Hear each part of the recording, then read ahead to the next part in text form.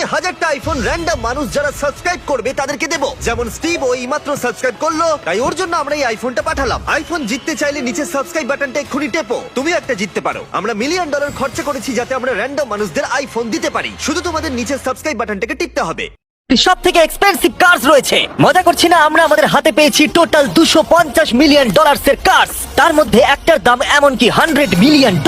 আর আমরা সেগুলোকে ওড়াবো, জলের উপরে চালাবো, ড্রাইভ করব, আর এমনকি আকাশে উড়বো। এই সমস্ত গাড়িগুলো কেন তো দামি আপনাদেরকে দেখাবো। শুরু করবো আমরা এই $1 গাড়িটাকে দিয়ে। এটা তো পুরো একটা জঞ্জাল। আপনি কেন এটাকে $1 বিক্রি করে দিচ্ছেন? তুমি দেখতেই পাচ্ছ এটা কোনো কাজের নয়। আমি এর উপর সময় আর টাকা নষ্ট করতে চাই না। যদি আপনি এই ডলারটা ধরেন তাহলে ডিল ফাইনাল। আমি এখনো বলবো এটা হলো একটা জঞ্জাল, কিন্তু যখন আমরা এর উপরে $20,000 খরচা করলাম এটা চলতে শুরু করলো। ঠিক আছে, এবার তাহলে ব্যাড বয়কে স্টার্ট করা যাক। ও, আমি তো ভাবিনি এটা স্টার্ট হবে। এই গাড়িটা চলছে কিভাবে? কত ধোঁয়া বেরোচ্ছে, এটা তো পাগলামি। $1 কার, $1 কার, $1 কার, $1। ঠিক আছে, তাহলে এটা হলো $1 কার। ভাগ্যিস আমি ওতে বসেছিলাম না। $100,000 কারটাকে নিয়ে এসো। এটা নিজে নিজেই চলতে পারে। মজা করছি না, এর ভেতরে কিন্তু কেউ নেই, তাও এটা দিব্যি চলছে। দেখা যাক 100 গ্র্যান্ডের গাড়িতে কি আছে। গাড়িটার ভেতরে তো অনেক জায়গা আছে। পৃথিবীতে অল্প কিছু গাড়ি আছে যার ভেতরে আমার বাচ্চারা ধরে যেতে পারে। তোমার আবার বাচ্চা আছে? হ্যাঁ, তোমরা সবাই চলো এটাকে নিয়ে ঘুরে আসি। টেসলা কেনার আসল কারণ হলো এটা নিজে নিজেই চলতে পারে। ঠিক আছে, আমি কিন্তু আর গাড়িটাকে চালাচ্ছি না। ও, এটা লেন চেঞ্জ করছে। এটা সত্যি নিজে নিজেই চলছে। Throttle-টা দেখো, আমি কিন্তু থ্রটাল দিইনি আর স্টিয়ারিংও আমি হাত দিচ্ছি না। জিমি, তার মানে তুমি বলছো যে তুমি ঘুমোতে ঘুমোতে গাড়ি চালাতে পারো? না, একদম করবে না। ও, okay. চলো দেখা যাক গাড়িটা কত জোরে যেতে পারে।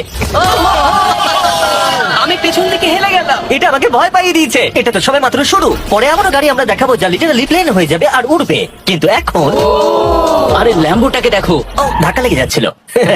এখানে চাবি লাগানো আছে, তাও এটাকে কেউ চুরি করেনি। যদি এই গাড়িটার দাম দ্বিগুণ, তবু এই গাড়িটার ভেতরে জায়গা অনেকটাই কম। জানি না কেন এই গাড়িটার দাম 200K, কারণ এর ভেতরে আমি ফিটি হচ্ছে না। কি জানে ল্যাম্বরগিনি কিভাবে চালাতে হয়? আচ্ছা, এটা চালু হয় কি করে? আমার মনে হয় এই শিফটারটা টিপতে হবে।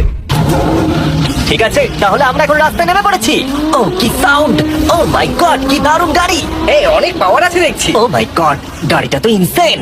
আমি আস্তে করে থ্রটাল দিলে গাড়িটা খুব জোরে দৌড়চ্ছে। আমার ড্রাইভ করা সবথেকে ফাস্টেস্ট কার এটা। যদি তোমরা কোনো ভালো গাড়ির সন্ধান করে থাকো তাহলে ডেফিনেটলি এটা সেই কার। আর এবার আমরা $300,000 এর গাড়িটাকে দেখাবো। আর এটা হলো সম্ভবত পৃথিবীর সবথেকে সেফ কার। এটা ট্যাঙ্কের মতো মনে হচ্ছে। আচ্ছা, এটা কি মিলিটারিদের গাড়ি নাকি? হ্যাঁ, এটা কিন্তু খুব উঁচু। তুমি এটাকে ল্যাম্বরগিনির সাথে কম্পেয়ার করো না। হ্যাঁ, ঠিকই বলেছো। চলো এবার দেখা যাক এই গাড়িটা কেন তো সেফ। প্রথমেই দেখাবো এই বুলেট প্রুফ উইন্ডো, যেটা এতটা মোটা। এই গাড়িটাতে একটা এক্সপ্লোসিভ প্রুফ আর্মার আছে। পরে এটাকে আমরা টেস্ট করব। কার, তুমি কি বাটনটাকে প্রেস করতে চাও? না, একদমই তুমি নয়। কি স্মোক স্ক্রিন বাটনটা টিপতে চাও? প্লিজ। ওহো, ওহো, এটা তো দারুণ।